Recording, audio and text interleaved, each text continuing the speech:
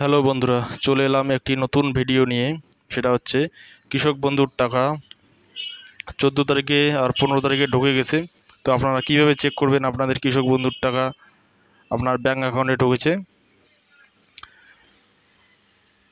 ভিডিওটি এখনও পর্যন্ত যারা যারা লাইক করেননি এবং সাবস্ক্রাইব করেননি, অবশ্যই চ্যানেলটিকে সাবস্ক্রাইব করে রাখবেন এবং নতুন নতুন ভিডিওর আপডেট পেতে থাকবেন।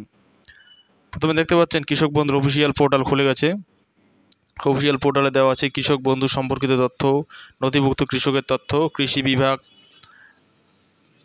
অনেকগুলো অপশন দেওয়া আছে। তার মধ্যে আপনারা চেক করবেন নথিভুক্ত কৃষকের তথ্য।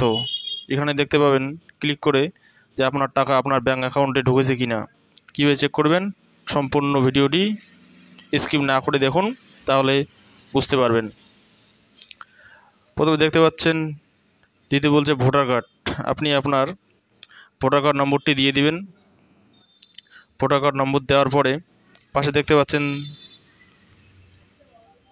I am not a robot, ওই বক্সটিতে ক্লিক করবেন। ক্লিক করে দেওয়ার পর সার্চ করবেন। সার্চ করে দেওয়ার পর দেখতে পাচ্ছেন